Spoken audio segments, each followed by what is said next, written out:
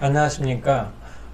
여기는 강남 압구정역 4번 출구 근처에 20여 년간 성형외과를 운영하고 있는 코코 성형외과 원장 조배정입니다. 여기 새끼 손가락 약간 좀 더 얇거든요. 이게 가슴 연골인데. 자, 다시 실패를 줄이는 또 한 가지에 대해서 말씀드리겠습니다.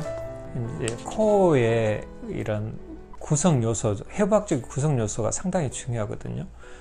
우리가 이제 비대면으로 사실 비대면으로 코 성형 상담을 한다면 좋겠지만 사실 만져봐야 합니다. 콧속도 만져보고 피부도 잡아당겨보고 여기도 심지어 코 주변에 있는 피부도 이렇게 보기도 하거든요. 이유는 여기에 있는 피부의 늘어짐이나 코의 늘어짐이나 똑같거든요. 그래서 코만 갖고 이렇게 보는 게 아니고 주변을 이렇게 만져보고, 즉 잘 늘어난 피부가 결과가 좋습니다.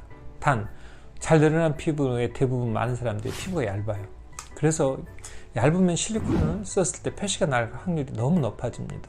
그래서 그런 얇은 사람들은 가능하면은 진피 조직 또 자기 조직으로 쓰는 게 좋고요. 물론 자기 조직도 얇은 사람은 가슴 연골 또 표시 나겠죠. 그랬을 때는 가슴 연골과 가슴 뼈를 사용하면 또 하얀 표시가 안 나거든요. 그래서 그렇게 사용을 한다든지. 그래서 피부가 얇았을 때 또 피부의 질감이 너무 세요. 그래서 코가 조금만 해도 들려요. 그러면은 그렇게 코가 너무 심하게 들린 사람은 실리콘을 넣게 되면은 염증이 많이 생겼을 때 코가 들리기가 너무 쉬워서 그렇게 들린 가능성이 높은 질긴 사람은 코끝 성형 수술을 하거든요. 물론 코끝 성형 수술은 우리 병원에 내원하신 분의 90% 정도가 코끝 성형을 대부분 하십니다. 그래야만 예쁘거든요. 질감이 아주 타이트하신 분은 자기 가슴 연골이 떼는 게 우선순위입니다. 자기 가슴 연골을 얇게 썰어요. 이렇게 슬라이스 얇게 썰어서 하시는 게 좋거든요. 그리고 코끝에 비중격 연골에 여기에 붙이는 겁니다.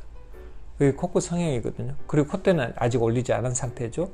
그리고 그 콧대의 재료에 실리콘을 넣었는데, 실리콘을 넣으면은 유감스럽게도 이렇게 캡슐막이 생겨요.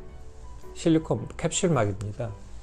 이렇게 캡슐막이, 이 캡슐막이 나중에 수축을 해요. 이 캡슐막이 수축하게 되면은 유방에서는 보형물을 넣었을 때 유방에 캡슐막이 생기고 이게 누르면 딱딱해지는 걸 아실 거예요. 잘 이제 유방에 대해서 관심 있으시면 실리콘도 캡슐이 수축을 해요. 그러면 코가 들리게 돼 있어요. 거기에 장력이 센 피부에 조금만 이렇게 감염이나 피부 또는 캡슐이 두꺼워진다면 코가 바로 들리게 되거든요. 그래서 그런 캡슐이 생기지 않는 재료, 즉 이런 진피들을 이용해서 수술을 하시는 게 좋거든요. 자, 무슨 말을 하려고 하냐면 각자에 맞는 재료들을 다양하게 구비해 놓고 있어요. 저희 병원에서.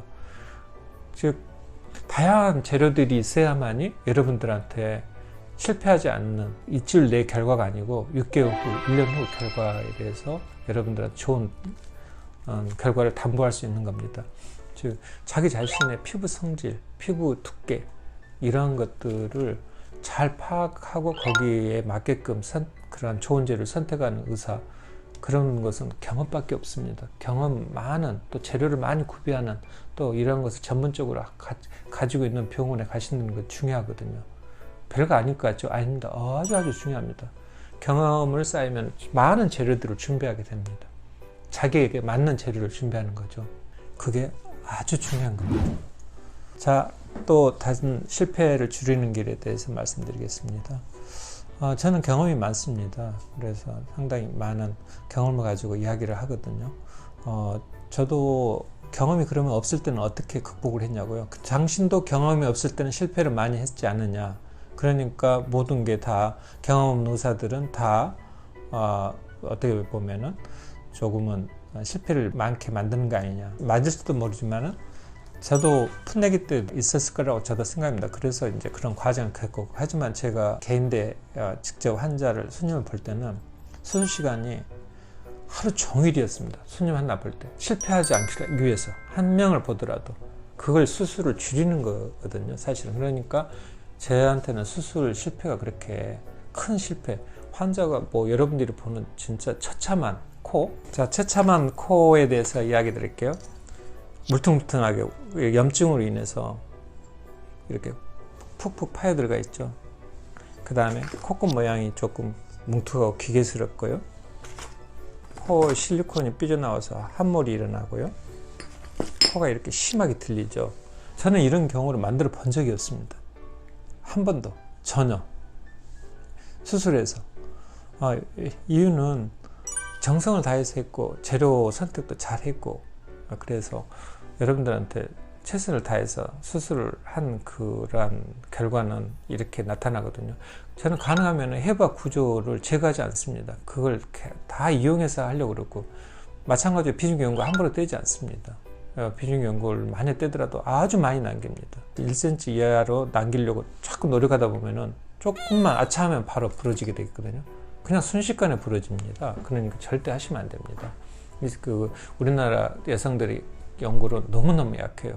그래서 비중격 연골 사용은 가능하면 안 하시는 게 좋고요. 하시더라도 많이 남기하고, 많이 남기니까 비중격 연골이 부족해요. 비중격 연골 부족하면은 그냥 얼른 준비했던 비중격 연골을 본인한테 고지를 하고 수술 중에 고지하거나, 또는 보호자한테 동의를 얻어서 비중격 연골은 가능하면 사용을 자제하거나 하지 말고, 비중격 연골 금방 알 수 있습니다. 수술 중에 떼지 않고도 사이즈가 얼마인지 그럼 바로 알 수 있거든요. 측정할 수 있습니다. 비중격 연골로 돌려서 수술을 하셔야 하거든요. 그걸 또 무리하게 또 떼요. 여하튼 무리하게 떼면 문제가 생긴다는 걸 꼭 알고 계셔야 합니다. 약간 아주 이러한 수술들을 정성을 다해서 수술하고, 수술 시간이 꽤 길어요. 1시간? 2시간? 아닙니다. 3시간? 아닙니다. 한 5시간 정도. 가슴 연골 떼면 더 많이 걸리기도 해요. 그 다음에 아주 심란한 코들, 만약 예를 들어서 이런 코드로 왔다 그러면은 5시간에서 7시간 더 걸립니다. 수술 시간을 많이 가져가면 나쁠까도 그렇지 않습니다. 시간이 많이 걸려요. 진짜 수술 잘 하시는 분은 거기에 관심을 최대한 쏟을 수 있는, 그리고 지겹지만 그 지겨운 것을 극복하고 인내심, 수술방 내에서 인내심을 가질 수 있는 의사, 그렇게 많지 않거든요. 사실은 그분을 찾으시면 실패를 치를 수가 있습니다.